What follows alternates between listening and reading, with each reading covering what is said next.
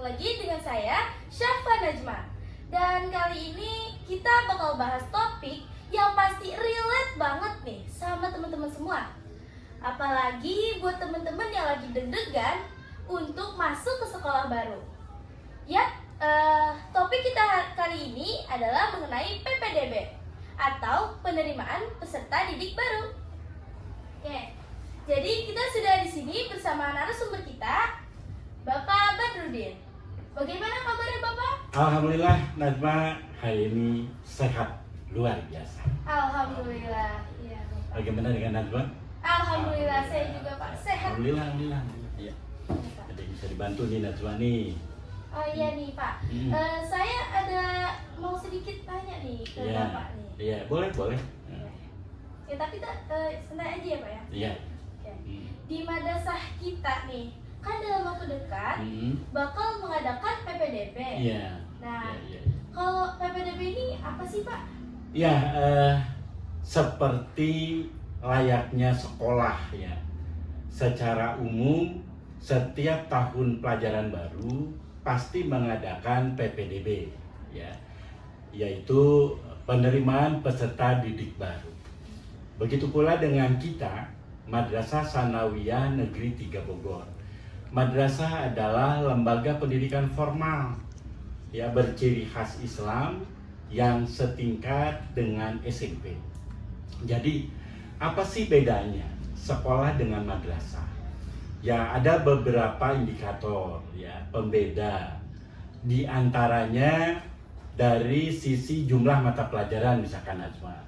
Kalau di SMP ini kurang lebih 12 lah ya atau 13 mata pelajaran. Sementara di Madrasah Sanawiyah jumlah mata pelajarannya itu ya sekira 15 sampai 16 mata pelajaran.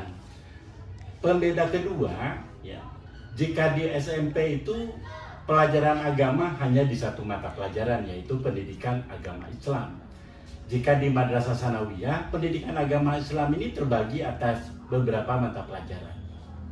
Di antaranya ada Al-Quran Hadis, ada Akidah Akhlak, kemudian ada Fikih, dan juga ada sejarah kebudayaan Islam. Itu mungkin Najma dua pembeda ya, antara SMP dengan MTS. Namun untuk mata pelajaran yang lain sama gitu Najma. Jadi kembali ke PPDB. PPDB ini memang biasa dilakukan setiap tahun ya di MTS Negeri 3 Bogor. Biasanya memang pelaksanaan itu dilaksanakan di bulan Mei sampai dengan Juni. Begitu Najma tentang PPDB. Oh iya, baik. Terima kasih Pak buat penjelasannya. Iya, sama-sama Najma. Oke, baik. Sekarang saya mau nanya lagi nih. Iya. Bisa dijelaskan nggak sih Pak secara umum aja nih, bagaimana sih sistem PPDB di MTSN 3 Bogor ini? Iya, untuk pelaksanaan PPDB ya secara umum dimanapun sama lah, hampir sama ya Najma ya. Mulai dari ada pendaftaran, kemudian ada pemberkasan, kemudian nanti juga akan ada semacam tes begitu ya, atau uji kemampuan dan yang lainnya. Begitu Najma. Oh, ada Ya. tesnya juga ya Pak? Ada. Walaupun memang untuk jalur prestasi dan jalur afirmasi itu tesnya berbeda dengan jalur reguler. Ya. Jika di jalur prestasi dan jalur afirmasi itu tesnya baca tulis huruf Al-Quran, ya, tanpa ada tes beberapa mata pelajaran. Jika di reguler itu ada tes di bidang mata pelajaran ya, beberapa mata pelajaran, kemudian di tes baca tulis Al-Qurannya itu tetap ada. Begitu nih. Oh, jadi double gitu ya Pak? Ya, itu pembedanya antara prestasi dengan afirmasi. Oke, untuk pertanyaan selanjutnya, kira-kira ada jalur penerimaan apa aja nih yang tersedia di PPDB tahun ini Pak? Ya, untuk tahun ini ya seperti tahun sebelumnya tentu jalur pendaftaran di MTS Negeri 3 Bogor itu ada 3 Najma.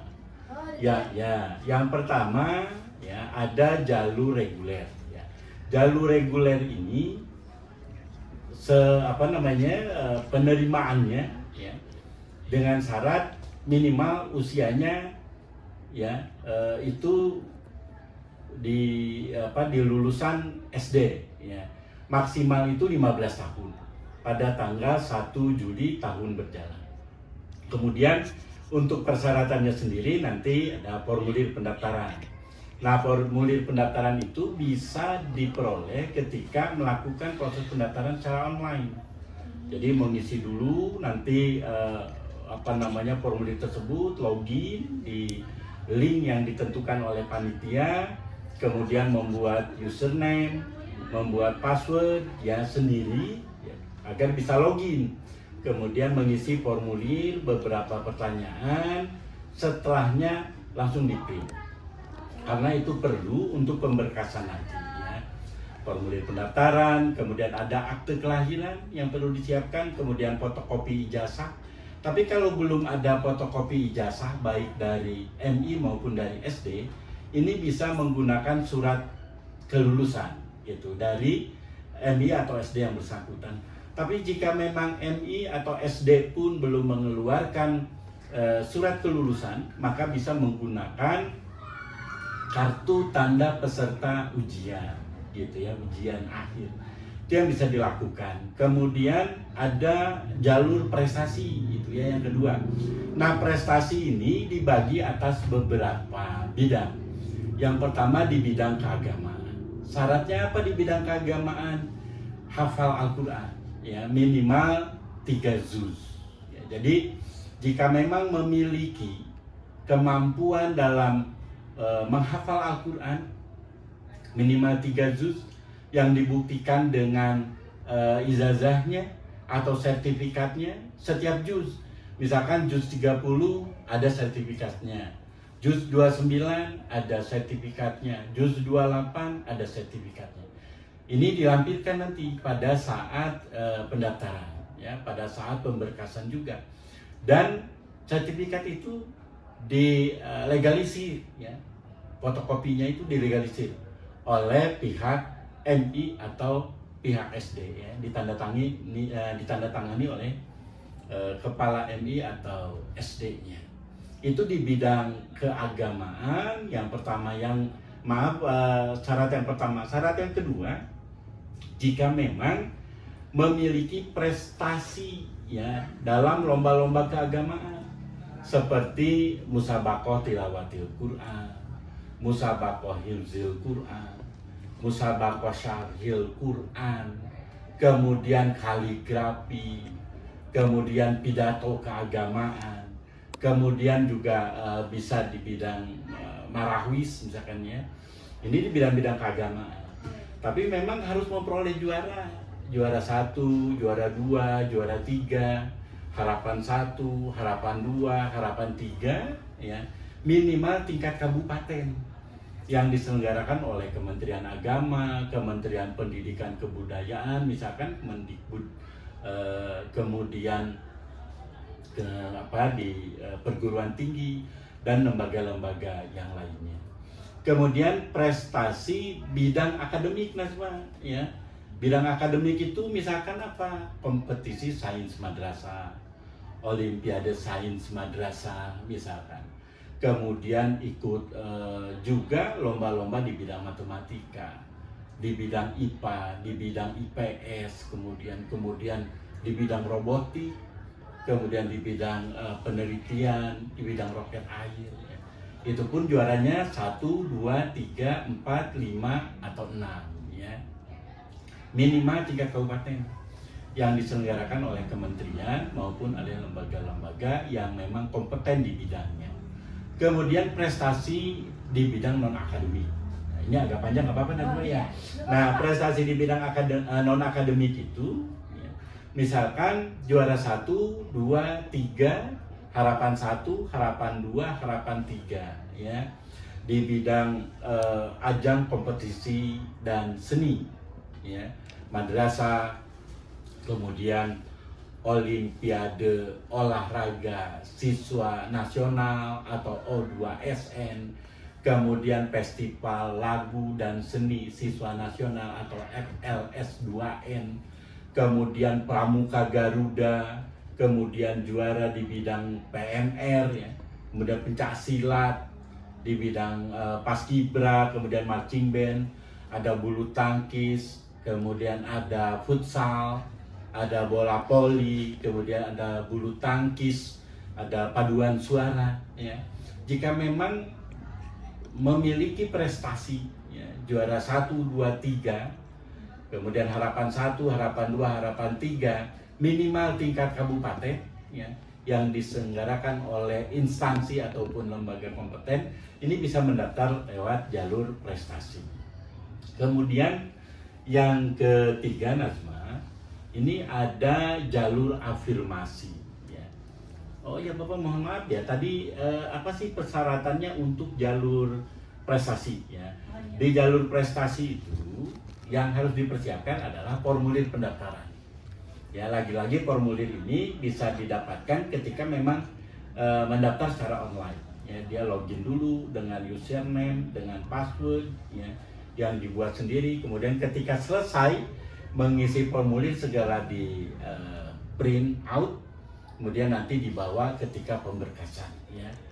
Ada formulir persyaratannya, kemudian fotokopi ijazah atau ya surat keterangan lulus, atau ketika belum ada keduanya maka bisa menggunakan kartu ya peserta ujian akhir. Dan selanjutnya juga mohon disiapkan foto ya kegiatan ketika sedang lomba, misalkan pencak silat.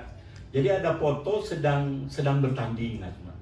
Atau ketika pengalungan medali, pemberian piagam, itu fotonya mohon disiapkan juga. Dan terakhir ya fotokopi piagam atau sertifikat yang memang ditandatangani oleh kepala SD atau MI masing-masing ya, untuk piagam kejuaraan. Selanjutnya adalah ini adalah jalur yang ketiga. Jalur yang ketiga adalah afirmasi. Nah, jalur afirmasi itu apa sih ya? Yang dimaksud dengan jalur afirmasi ini PPDB yang memang dipersyaratkan kepada peserta didik yang berasal dari keluarga ekonomi tidak mampu. Ya, itu yang pertama di afirmasi. Nanti afirmasi ada dua. Ada dari keluarga ekonomi tidak mampu. Nah, keluarga ekonomi tidak mampu ini ya itu dibuktikan dengan kartu Indonesia Pintar ya, atau KIP ya, atau KIP. Kemudian program Keluarga Harapan atau PKH. Kemudian ada kartu Keluarga Sejahtera atau KKS. Atau ini salah satu dan semua. Ya. Jika memang tidak memiliki tiga hal di atas, persyaratan di atas, bisa menggunakan surat keterangan tidak mampu atau SKTM yang diterbitkan oleh pemerintah daerah ya, atau minimal dari desa ya, kelurahan di mana tempat tinggal calon peserta didik tersebut. Yang kedua di afirmasi itu ada peserta didik berkebutuhan khusus atau PDBK ya. Misalkan saja maaf ya, memiliki keterbelakangan ketika ikut pelajaran, kemudian mempunyai keistimewaan misalkan secara fisik ya, semuanya kakinya letter O dan sebagainya. Tapi di kami tidak bisa menerima semua, sebab disesuaikan dengan kemampuan dari madrasah itu sendiri, misalkan tenaga pendidik dan seterusnya. Persyaratannya apa saja? Ya, persyaratannya tadi formulir, kemudian formulir pendaftaran maksudnya, kemudian yang kedua fotokopi ijazah, kemudian surat kelulusan. Jika memang belum ada, cukup dengan kartu peserta ujian akhir, kemudian fotokopi KIP, PKH, KKS atau SKT.